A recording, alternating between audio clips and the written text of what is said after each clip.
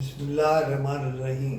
ہم نے آج صبح یعنی ہفتہ کے دن 11 جنوری کو ایک ویلاگ کیا جس میں ہم نے بتایا کہ محمود بوٹی بند کے اندر جہاں لاہور کا فضلہ ڈمپ ہو رہا ہے وہاں اس فضلے کے ساتھ لاہور کے مختلف ہسپتالوں سے نکلنے والا میڈیکل فضلہ، یعنی ہم نے کہا کہ جو چیزیں ہسپتالوں کے اس میں پلاسٹک میں پیک چیزوں میں ہوتی ہیں وہ اس فضلے میں جاتا ہے، اور اس فضلے کے ٹرک محمود بوٹی کے اندر ایک خاص جگہ پر ان میں سے میڈیکل فضلہ نکالا جاتا ہے، کیونکہ اس میڈیکل فضلے میں پلاسٹک کی چیزیں ہوتی ہیں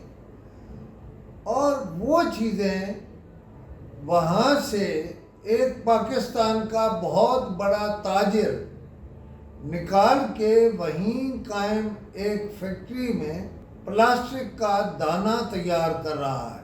خواجہ سلیمان رفیق صاحب نے فوراً ایکشن لیا اور پنجاب کی میڈیکل کی پوری وزارت یا محکمے کے لوگوں کو اکٹھا کر کے ایک پریس ریلیز جاری ہوئی کہ ہم تو روزانہ کی بنیاد پر ہسپتالوں سے میڈیکل فضلہ طرف کر رہے ہیں۔ خواجہ صاحب، آپ کا اجلاس، آپ کی صدارت، آپ کا کہنا ہمارے سر آنکھوں پر ہے، لیکن آپ کا یہ بیان کہ ہم میڈیکل فضلہ روزانہ کی بنیاد پر تلف کر رہے ہیں، جناب سلیمان رفیق صاحب آپ ہمیں بہت عزیز ہیں، لیکن ہم آپ کو اگلے چند دنوں میں بتا دیں گے۔